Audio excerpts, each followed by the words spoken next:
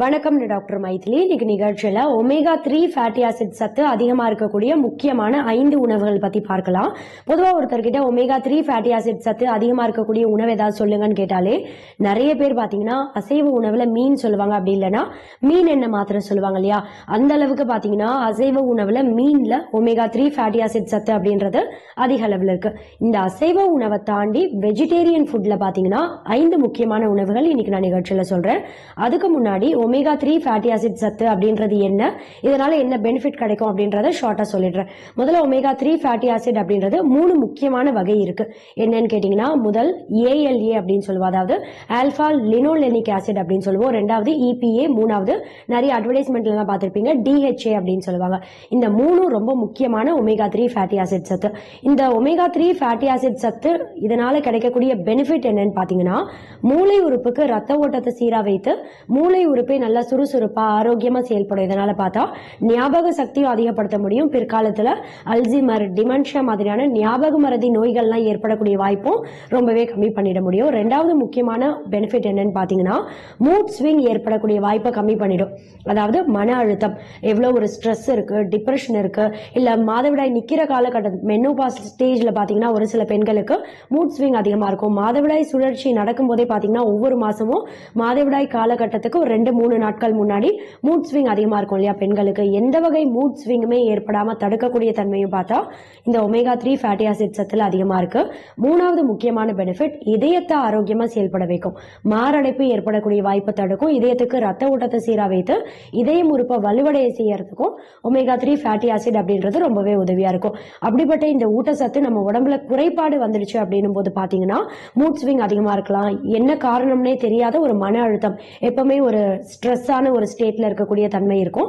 ரொம்ப குறிப்பா பாத்தீங்கன்னா இந்த டெஃபிஷியன்சி வந்துடுச்சு அப்படின்னும் போது ஸ்கின் எல்லாம் நல்லா ட்ரைனஸ் ஏற்படும், வறட்சி தன்மை அதிகமாகும் சருமத்துல. ஒரு சிலருக்கு பாத்தீங்கன்னா தலைமுடியும் நல்லா வறண்டு போய் அந்த சில்கினஸ், அந்த சில்கியா ஹேர் வந்து ஷைனியா தென்படக்கூடிய வாய்ப்பு ரொம்பவே கம்மியாயிடும். இந்த ஒமேகா 3 ஃபேட்டி ஆசிட் சத்து அதிகமா இருக்கக்கூடிய 5 முக்கியமான உணவுகள் என்னன்னு பார்க்கலாம். முதல் முக்கியமான உணவு என்னன்னு பாத்தீங்கன்னா சியா விதை, ஆங்கிலத்துல சியா சீட் அப்படின்னு சொல்லுவாங்க. இப்ப இது எல்லா சூப்பர் மார்க்கெட்லயும் அவைலபிளா இருக்கு. சியா சீட் அப்படின்றது ஒரு நாளைக்கு ஒருத்தருக்கு 1 டீஸ்பூன்ல இருந்து அதிகபட்சம் மேக்சிமம் பாத்தீங்கன்னா 2 டீஸ்பூன் வரைக்கும் நீங்க எடுத்துக்கலாம். இதை தொடர்ச்சியா ஒரு நாளைக்கு 1ல இருந்து 2 டீஸ்பூன் வரைக்கும் நீங்க எடுத்துட்டே வந்தீங்க அப்படின்னும் போதும் இந்த ஒமேகா 3 ஊட்டச்சத்து குறைபாடு ஏற்படக்கூடிய வாய்ப்பை கம்மி பண்ண முடியும். இது எப்படி எடுத்துக்கலாம்னு கேட்டீங்கன்னா, இரவு தூங்க போறதுக்கு முன்னாடி கொஞ்சமா தேவையான அளவு சியா விதைகள் எடுத்து தண்ணியில ஊற வச்சுட்டு தூங்கிடுங்க. அடுத்த நாள் காலையில எழுந்ததும் இரவு முழுக்க தண்ணியில ஊறின அந்த சியா விதைகள் இருக்கு இல்லையா, அதை மட்டுமே எடுத்து நீங்க ஏதோ ஒரு டீடாக்ஸ் ட்ரிங்க் குடிக்கிறீங்க, இப்ப இஞ்சி தேநீரோ இல்ல அருகம்புல் சாறு இல்ல நெல்லிக்காய் சாறு, எந்த ஒரு டீடாக்ஸ் ட்ரிங்க் நீங்க குடிக்கிற பழக்கம் இருக்கு அப்படின்னாலும் அதுல இந்த சியா விதைகளை கலக்கிட்டு நீங்க குடிச்சிடலாம். அப்படி இல்லைன்னா சாதாரணமா ஒரு வெந்நீர், ஒரே ஒரு கிளாஸ் அளவு வெதுவெதுப்பான சூட்ல இருக்கக்கூடிய வெந்நீர்ல இந்த சியா விதைகளை மட்டுமே நல்லா கலக்கிட்டு காலையில முதல் உணவா எடுத்துக்கலாம். அப்படி இல்லைன்னா மிட் மார்னிங் ஸ்நாக்ஸ் மாதிரி ஒரு 10:45, 11 மணி அளவுல ஒரு ஃப்ரூட் சாலடோ இல்ல வெஜிடபிள் சாலட் ஏதாவது எடுக்கிறீங்க அப்படின்னா அது மேல இந்த சியா விதைகள், இரவு முழுக்க தண்ணியில ஊறின அந்த சியா விதைகள் இருக்கு இல்லையா, அதை மட்டுமே எடுத்து இந்த ஃப்ரூட் சாலட் மேல ஸ்பிரிங்கிள் பண்ணி நீங்க சாப்பிட்டுடலாம். ஏதோ ஒரு வகையில இந்த சியா விதை அப்படின்றது நமக்கு ஒரு நாளைக்கு 1ல இருந்து 2 டீஸ்பூன் அப்படின்றது உள்ளுக்கு போற மாதிரி இருக்கணும். இல்ல நீங்க ஏதோ கஞ்சி சமைத்து சாப்பிடுறீங்க, ஓட்ஸ் கஞ்சி, பார்லி கஞ்சி, உளுந்து கஞ்சி ஏதாவது சமைத்து சாப்பிடுறீங்கன்னா அது கூட சேர்த்து சமைத்தும் இந்த சியா விதைகளை நீங்க உள்ளுக்கு எடுத்துக்கலாம். முதல் உணவு பாத்தீங்கன்னா ஒமேகா 3 ஃபேட்டி ஆசிட் சத்து அதிகமா இருக்கக்கூடிய சியா விதை. ரெண்டாவது சோயாபீன். சோயாபீன் அப்படின்றது மதிய உணவுல சோயாபீன் குழம்பு மாதிரி சமைத்து சாப்பிடலாம். அப்படி இல்லைன்னா வேக வைத்து ஸ்நாக்ஸ் மாதிரி அப்படியே தேங்காய் துருவல் மாதிரி தூவிட்டு அப்படியே நீங்க சாப்பிட்டுடலாம். இல்ல இரவு நேரத்துல சப்பாத்தி இல்ல ஏதோ ஒரு வகையான டிஃபனுக்கு நீங்க இந்த சோயாபீன் சப்ஜி மாதிரியும் சமைத்து, கிரேவி மாதிரி சமைத்து உங்க அன்றாட உணவுல சேர்க்கலாம். ஏதோ ஒரு வகையில ரெண்டாவது உணவு சோயாபீன், இதையும் உங்க அன்றாட உணவுல அடிக்கடி சேர்த்துட்டே வாங்க. மூணாவது டோஃபு. டோஃபு அப்படின்றது பன்னீர் மாதிரியே இருக்கும், ஆனா பன்னீர் அப்படின்றது பசும்பால் கொண்டு தயாரிக்கப்படுறது பன்னீர் அப்படின்னு சொல்லுவோம். டோஃபு அப்படின்றது பாத்தீங்கன்னா சோயா மில்க கொண்டு தயாரிக்கப்படுறது தான் டோஃபு அப்படின்னு சொல்லுவோம். இந்த டோஃபுல தான் பாத்தீங்கன்னா ரொம்ப குறிப்பா ஒமேகா 3 ஃபேட்டி ஆசிட் சத்து கொஞ்சம் அதிக அளவுல இருக்கு. இதனால டோஃபு கிரேவி மாதிரியோ இல்ல ஏதோ ஒரு வகையில உங்க அன்றாட உணவுல அடிக்கடி சேர்த்துட்டே வாங்க. அட்லீஸ்ட் வாரத்துக்கு 1 தடவை இல்ல 2 தடவையாவது. நாலாவது இன்னொரு முக்கியமான உணவு என்னன்னு பாத்தீங்கன்னா வால்நட். நிறைய பேர் இது அக்ரூட் அப்படின்னு சொல்லுவாங்க இல்லையா, தமிழ்ல வாதுமை கொட்டை அப்படின்னு சொல்லுவாங்க.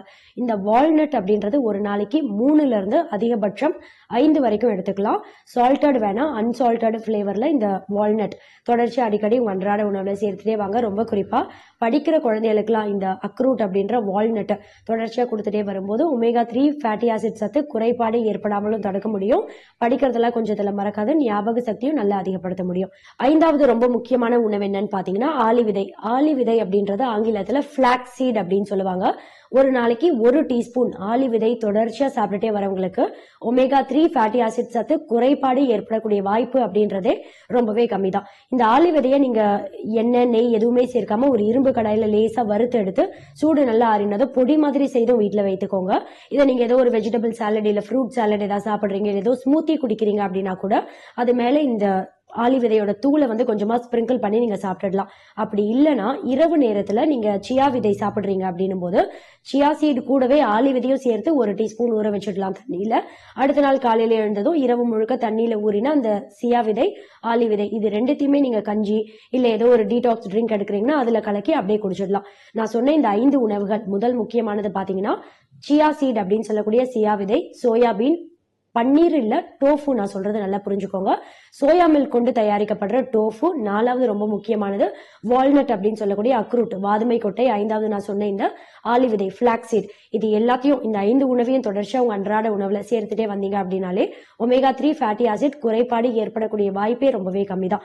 இப்ப காய்கறி பழங்கள் அப்படின்னு பாத்தீங்கன்னா காலிஃபிளவர் காய்கறியில ஓரளவுக்கு இருக்கு ஒமேகா 3 ஃபேட்டி ஆசிட் சத்து, ஆனா அதிக அளவுல கிடையாது. அதாவது ஒரு ஃபுல் கப்பு நல்லா வேக வைத்த காலிஃபிளவர் நீங்க சாப்பிடுறீங்க அப்படின்னாலுமே அந்த ஒரு கப்பு மூலமா ரொம்ப குறைவான அளவு தான், கிட்டத்தட்ட ஒரு 36ல இருந்து 37 மில்லிகிராம் அளவுக்கு தான் இந்த ஒமேகா 3 ஃபேட்டி ஆசிட் சத்து இருக்கு. ஆனா காய்கறியிலன்னு பார்க்கும்போது காலிஃபிளவர்ல ஒரு அளவுக்கு கிடைக்கும் உங்களுக்கு.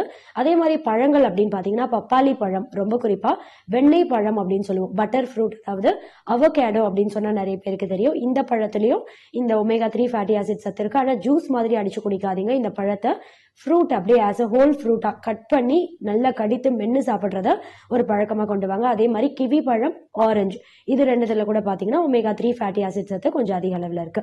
இந்த பழம் காய்கறி எல்லாம் தவிர்த்து நான் சொன்ன இந்த 5 உணவுகளை தொடர்ச்சி எடுத்துட்டே வந்தீங்க அப்படின்னாலே ஒமேகா 3 ஃபேட்டி ஆசிட் ஊட்டச்சத்து குறைபாடு ஏற்படக்கூடிய வாய்ப்பு ரொம்ப ரொம்ப கம்மி பண்ண முடியும். தேங்க்யூ.